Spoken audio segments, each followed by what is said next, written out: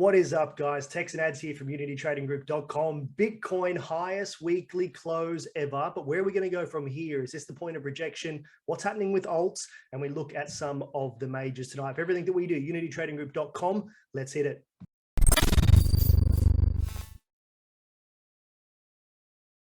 G'day, Tex and Ads here. Thank you for joining us here at unitytradinggroup.com. Market update.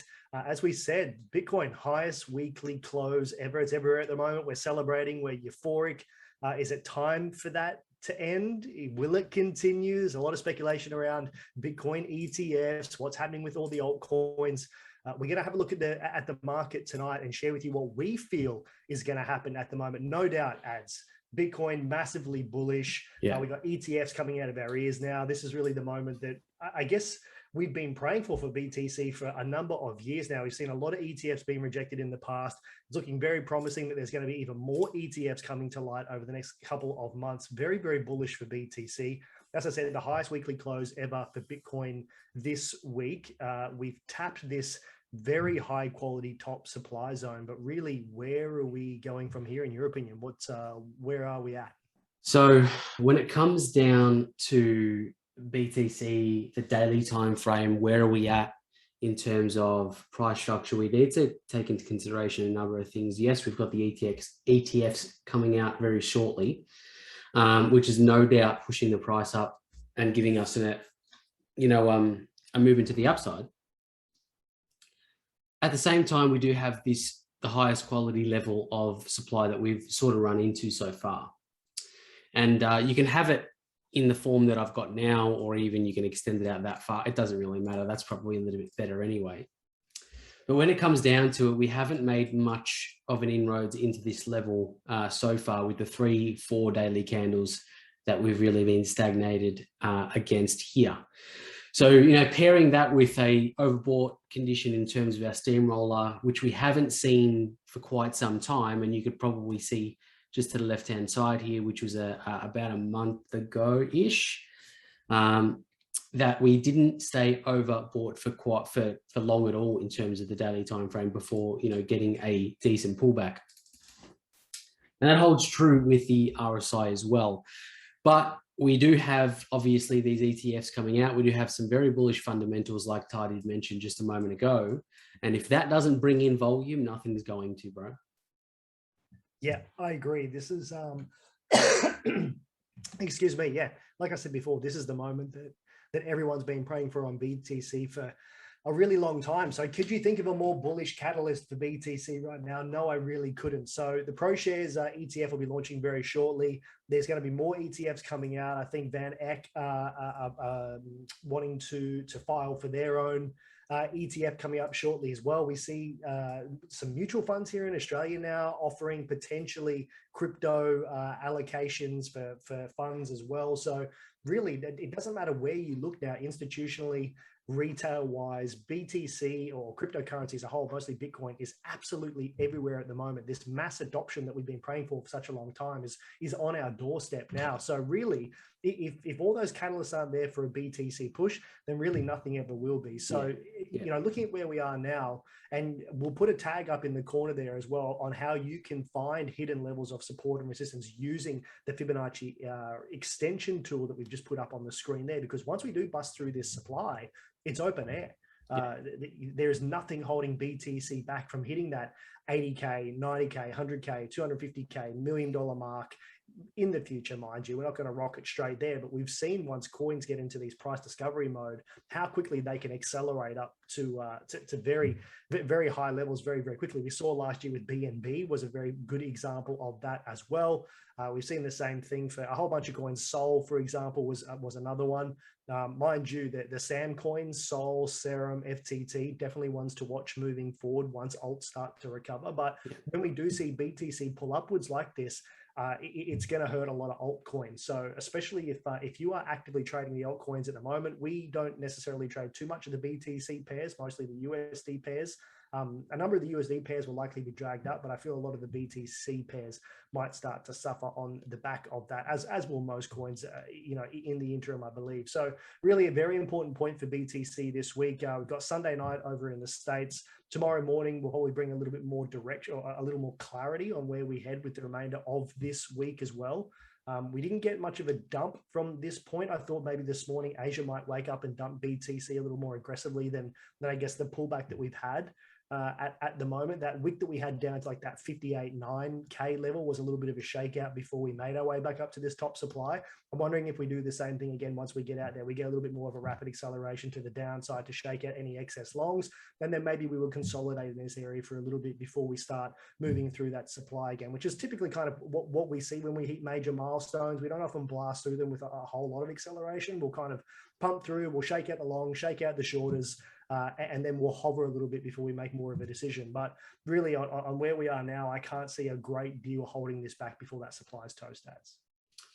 Yeah, like I mentioned, it's going to need to bring in volume though. That's going to be the key player at the moment. These ETFs, while we are bullish and while we are very excited about some of these prospects coming into the market, which is fantastic, they need to bring in this volume. You can see the volume in the past where we did have this massive ramp up of volume to continue and create these higher highs in the past.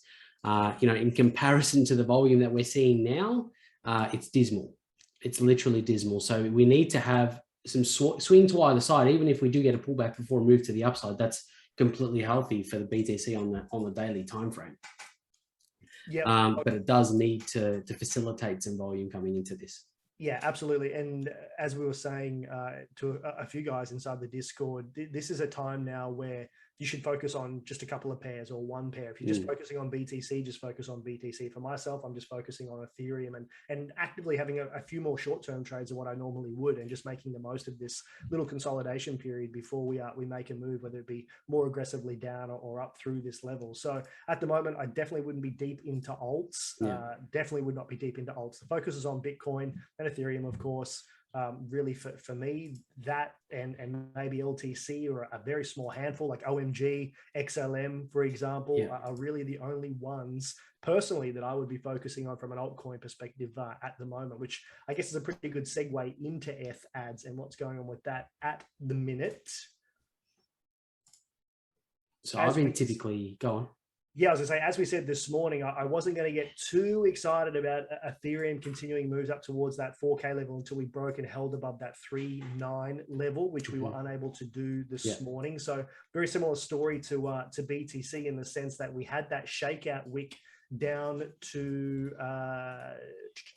that 3,650. That 3,650 level, which is pretty much off the trend line that we had drawn in there as well, and right up our gravy train cloud, and also that previous zone there that ads had drawn in. So really for us now, it's just a little bit of a waiting game until we get back up towards that 4K level, and then from there, again, pretty clear skies up towards that 5K level and beyond. But at the moment, I am actually out of an ETH long that I was in earlier this morning. I've closed that because we're still making descending structure here as well. We've had this. I'll just annotate here. We had this move. We've kind of had these moves, and now we've kind of got this move. So I may be looking for another sort of wave down towards that similar level and see if we make another hit of that gravy cloud. Again, looking at where we are now from an RSI standpoint, not so bad, because we're not in an oversold level, and we know how this 50 RSI can react as a level of support, as it did there before it bounced. But for myself, I'm out of all my positions at the moment. I only got my spot buys from down lower, and looking to see what the new week in the States brings for us tomorrow. It's definitely a different perspective to BTC, in just a massive difference in the way that the market is moving, in the way the coin is moving. Just because with BTC you've got this pretty solid retest of the higher high, in which you can see that on the 4-hour, on the daily time frame, and of course we're knocking on the door of the highest level of supply that we have drawn for BTC. And then you come around here to ETH, and it's not really translating in the same sort of fashion. Not to say that we're going to, dump from here and it's the end, but there's going to be, you're going to be presented with more opportunity with ETH than BTC in the terms of holding it for a little bit longer, holding it like on a 4-hour or on a daily time frame, because you're going to be presented with, if Ty, what Ty did mention does come to fruition, you're going to get more of an opportunity to buy at a better price before we do continue to the upside, because it will eventually follow BTC. It is a USD pair, DT pair at the end of the day. And it is paired against the US dollar. So, as BTC does move, towards that upside and continues to capture that sort of, pairing, you're going to see Ethereum follow suit as it has done, just not in the same, testing higher high just yet. But that's a good thing, because it can also, lead into a little bit more of an idea on how far BTC is going to go, by, correlating that movement with what you see on the ETH chart as well. So just because Ethereum's not moving in the same sort of aggressiveness or same sort of, day in, day out upside, you can also, extrapolate how far BTC is going to go before it does, suffer a pullback if we do push through that supply. Yep, that pretty much wraps it up. A couple of altcoin pairs, and as we said last week as well, the week before, if you are in our Discord, which by the way, just a quick announcement on our Discord, we're shutting that down for people. Well, let's say we're not shutting it down. We're doing a bit of a prune. So anyone who hasn't been active in the last 30 days will be cut from the Discord, and we're locking things up. We're making it very exclusive because we're sharing a ton of alpha in there at the moment. And for those people that don't want to share and contribute, and we don't say this in a nasty way, they're going to be removed, and we're going to have a really active ecosystem of people who are sharing charts and collaborating and making money together. And what we're going to be doing is locking up the Discord and only offering a couple of days of the month where we do allow new faces to come into the Discord. So if that's yourself and you can't get in from the Discord, by clicking the link below, keep a watch on that, because we will announce it in one of our streams when it's opened up again for 24 to 48 hours moving forward for the month. So keep an eye on that, and unitytradergroup.com as well. There'll be a countdown timer on there for when we do that next. So yeah, as Ad said, that sums it up really well for F at the moment. And as we said, you can come into the Discord, or you can leave a comment below, like and share the comment down below, and tell us what altcoins or coins you want us to chart each week, because we'll be looking at them on a Monday, TAing them, and then following through them throughout the course of the week inside the Discord, and then coming back on Thursday for a market update to see, were the entries that we looked at valid, were the positions where we're looking to take profit valid, and giving a little bit more of a breakdown or a further in-depth breakdown of how we TA'd the chart and how you can follow along with your own strategies, or cherry picking the best bits of our strategies and applying it to your own trading as well. And of course, don't forget, we've got our indicators, Swiss Army knives, X-ray vision, whatever you want to call it. The indicators that we share on our website are the best in the market, hands down. There really is nothing that compares to Unicorn, for example, on the Ethereum 1-day or 4-hour chart, and Gravy Train on just about anything. So come in and ask us questions on that for $31 a month. If you can't make $31 a month off Gravy Train, I'll give you a year free. Yeah, hands down. I'll give you 2 years free. I'll give you 5 years free. It doesn't matter. If you can't make money with that, you'll never make money with any indicators. So let's get into it. A couple of the coins that we got asked about was AVAX USD pairs. I haven't looked at this for quite a long time. I'm still looking for higher price points on AVAX, just purely based on everything that's going on with it at the moment. But unfortunately, I was looking for sort of $100 mark by year's end. We've got a little bit of room to go to get to that. Again, we're still making descending structure on the 4-hour time frame here. We've not yet made a significant higher high from when we did start hitting towards this level around the 23rd of September, when we're up around that $77 mark, and have kind of unfortunately fizzled out a little bit from there. So what Ads has on his screen there is what's called supply and demand. And you can go to unitytradinggroup.com/supply and demand if you want to know more about that. But really exactly what he has lines up very, very well with our moving averages. So as we sit right now, we're sitting right on our 50-day moving average. And then we've got all our 200 moving average down towards that bottom supply zone that Ads has drawn there around that $35 mark, or that $32 mark. So really, these are the key levels. If you're employing a dollar cost averaging strategy, or you're looking to average into positions, this is bang on the money. where I would be looking for. I think it's quite obvious. I think we'll come down and we'll retest this level, particularly with all the focus and eyes on BTC at the moment. These altcoins are not getting a lot of love. So people are selling out of their alts and they're cycling back into BTC. When we get to a significant take profit level on BTC, people will take profit from that and cycle back into the alt in order to accumulate sats or more USD pair to go back into Bitcoin. So it's just a sort of perpetual cycle of washing when it comes to trading. And at the moment, the alts aren't experiencing the love ads. No, definitely not. And basically is just a brief summary of what Ty did just mention from the chart. You've basically got a level of demand that's quite close to where we are in terms of the price. You do have a very relevant retest to the left-hand side to validate that zone's existence. If we do head further down, it'll probably just be towards that 42 or even 37.5, but they're a little bit too far away to really grasp if we're going to get there. I think the more relevant zone is, amongst the liquidity that we see to the left-hand side. And that's where I've drawn in a level of demand there. So a very easy one to spot. You've got, fairly decent pivot points at this point. You do have a previous retest to really give you an idea of where that is. You could probably expect it to, rally and retest some of these zones eventually, but just depends on when it's going to see the love or the light of day again. After moving to the downside for quite some time, ever since September. So just a little bit over a month now. Yeah. So it's going to be a very interesting time for AVAX, but I would definitely be looking, with a bearish bias because it has been, confirming that trend for quite some time.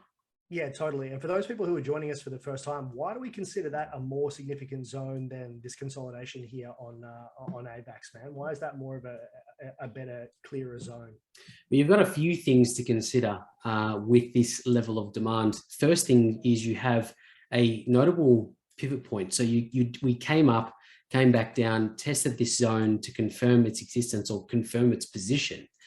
And then kept moving to the upside with quite some force. So that's obviously one thing. Of course, the second thing is the retest to the left, which is nice because we have that movement. But the third thing, which is a very nice touch, and because we're using past, areas, you can also put a level of support there, if you will, and you can also observe the support and resistance flips to the left-hand side where the top of that zone is to further clarify its existence and its position to where it should be. So there's three main things that you should be looking for. Of course, the pivot. Of course, you should be looking at candle structure and how big the candles are to give you zone size. And of course, if you'd like, you can look at previous liquidity, previous support, resistance, bits and pieces like that, Ty. Beautiful. All right. For you, Fish, you know who you are. XLM USDT. Let's have a look. Was one of the more requested ones inside the Discord this afternoon. Not one that I personally charted myself, but Dora, you've been sharing some serious alpha inside the Discord and with a huge fundamental sort of TA breakdown this morning, which you posted as well, which was really beautifully explained and charted up. That was a work of art, man. So thank you for sharing that. So let's have a look at what ads is doing at the moment. We've got a pretty significant supply zone here, which we had a pretty savage rejection from. We've come up and have not necessarily been able to have the piercing into that supply zone that we would have liked to have seen a potential higher high or a level from that. So I guess we'd call that like a little double top, I suppose. And then as ads has his fibs drawn from the swing low to the swing high, it pretty much gives us some very indicative points of where we might expect to see XLM in the short term.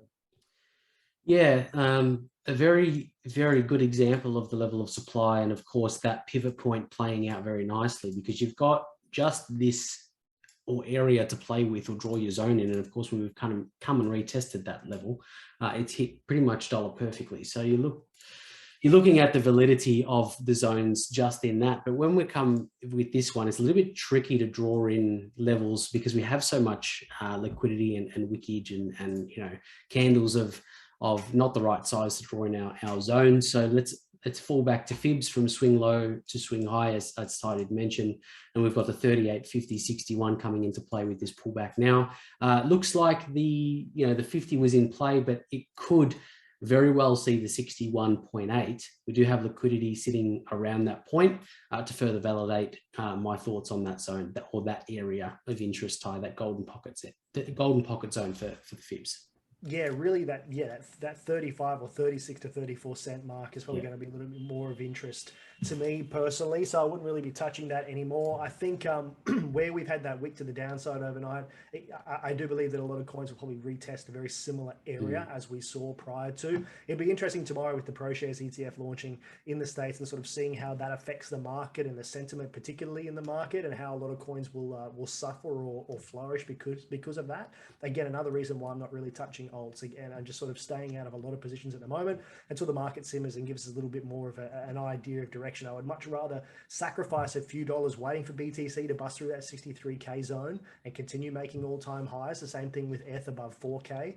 Than what I am trying to play like little micro zones and stuff like that. So it's not good for your head, and it's probably not good for your balance most of the time as well. So yep, XLM, that's kind of pretty well aligned. That golden pocket zone is certainly where I'll be looking for any entries if I do take one. And just lastly as well, we'll have a look at SEOUL. USDT was one that had been requested a few times as well. One of the SAM coins along with FTT, Serum, definitely the coins to watch in terms of SAM coins at the moment.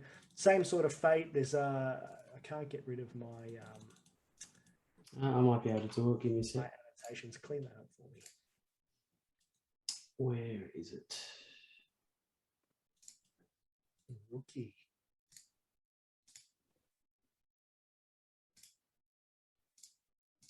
There you go. Thank you, sir. Beautiful. So, all right. So as we have a look at SEOUL, as I did mention last week or the week before, I think, and I still hold true to this, that when we see alts recover, I feel this will be one of the quickest coins to recover based on historical sentiment, I suppose, everything happening around SEOUL at the moment, the fact that it is one of Sam's coins. We had this massive run to the upside around that 210, 215 level before a pretty serious retracement. When you look at this, and I haven't charted this, but just looking at this now on the 4-hour time frame, looks a lot like BTC top back in 2017, where we had a big pull back to the downside, move up, kind of consolidated, headed down lower before a continuation back up towards all-time highs. So I think with the market at the moment, I definitely think that lower 120, 110 zone could be something to consider if you wanted to put some cheeky little 100% down there. I think that's probably going to be likely for SEOUL at the moment. And even looking at this myself on the 1-day timeframes from an MA perspective as well. 110, sort of 120 aligns pretty well with like our 150 MA cluster. Around that particular area. Looking at a little bit further, lines pretty with Ichimoku. And then even if we look at this on the 1-day time frame using Gravy Train, when we're not really in a significant zone to find levels of support or anything at this current point. So I think that would be for me, anyone trading SEOUL, that's probably where I'd be setting some cheeky low buys at the moment on those ads. When it comes to SEOUL, I really dislike this liquidity here. It's very difficult to draw in a level of demand. It's very hidden, and of course it's probably very difficult to find a level of support that really lines up with a lot of liquidity here. Of course you have some cheat sheets here, but if you draw it across the middle, you're not really getting a fantastic indication on where your support should be. That being said, this one looks a whole lot better. And of course we do have the retest to the left. So my thoughts are aligned with Ty really when he says 120 to 110, because that's the area that I would be more comfortable with, taking a position on SEOUL if I was looking to that. And then it comes down to, of course, lining that up with the rest of the oscillators that we use. Of course, Steamroller pointing down, and of course, RSI doing the same thing, about to cross below the 50. So 110, it's a little bit further away when we consider it at 160 at the moment. But in the longer term time frame, a 12-hour, 1 day, it's definitely got the liquidity or the movement, or even the amount of room on the RSI on the Steamroller indicator to get there. Yes, sir. That pretty well lines it up. So let's just reiterate it again. Important time for BTC. The ProShares ETF launching tomorrow, I'm quite sure. US time, so tomorrow morning for them. Alts, really would be staying away from them at the moment. If you've got a coin that you like, being a major pair, focus on that major pair at the moment, learn its movements, understand how it's acting in this current climate, and focus on trading that coin. Don't try and be too deep in too many coins. It'll hurt you. Trust me, it'll hurt you. So now's not the time to be aggressively long into any alt positions, in my opinion. FBTC, maybe LTC, a couple of the other alt majors is where I would be putting my focus playing in. And just be patient. And of course, the Discord shutting up tomorrow. So if you have seen this and you aren't an active member in our Discord, get in there now quickly before it shuts up. We'll only be opening it for a couple of days out of the course of the month. And of course, anyone who's been in there that has supported us over the time or has contributed in any sort of way that no longer wants to be a part of it, thank you very much. And we look forward to seeing you at another time inside the Discord. But for everything that we do, make sure you hit that like and subscribe button, hit that bell so you get notifications every time that we go live here at UTG. And we'll see you in the next market update. Absolutely. And of course, don't forget, if you have a look at some of our indicators on our website, that does secure you a spot in the Discord as well. 100%, yeah. All indicator memberships get lifetime access regardless. So yeah, to any of you lurkers, we'll catch you. Easy done. See you guys. Bye-bye. Catch ya.